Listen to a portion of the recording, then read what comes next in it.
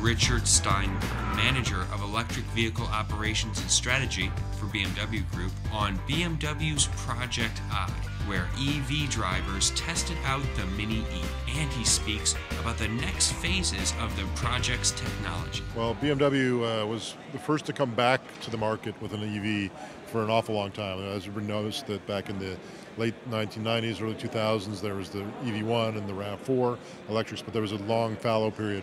And BMW came back, in this case, out of the first vehicle that came from something we call Project I, with the Mini E, which is the car sitting behind us.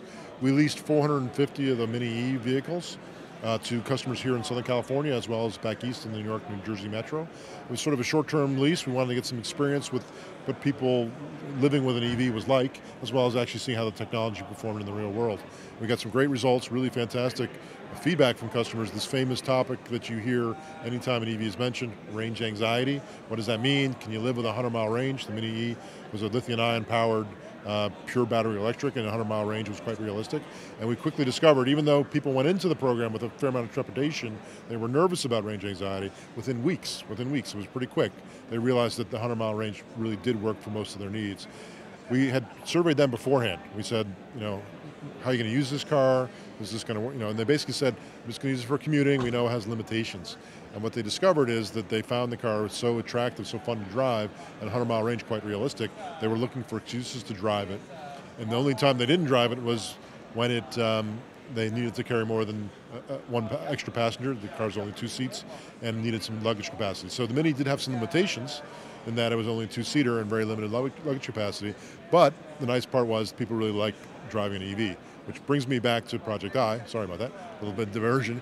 Project I is basically a 3-phase program. The Mini E was the first car that came to market summer 2009.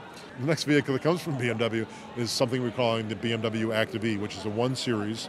You guys may be familiar with what a 1 Series looks like. And that addresses, it's, again, a pure EV using lithium-ion battery cell technology, but addresses those 2 shortcomings. It's a full 4-seater, not 2-seater anymore, and it's got much improved luggage capacity. And it also adds some additional technological improvements because we've added liquid cooling and liquid heating to the battery pack. The Mini E was air-cooled, so in extreme hot or extreme cold conditions, there was some implications on the range.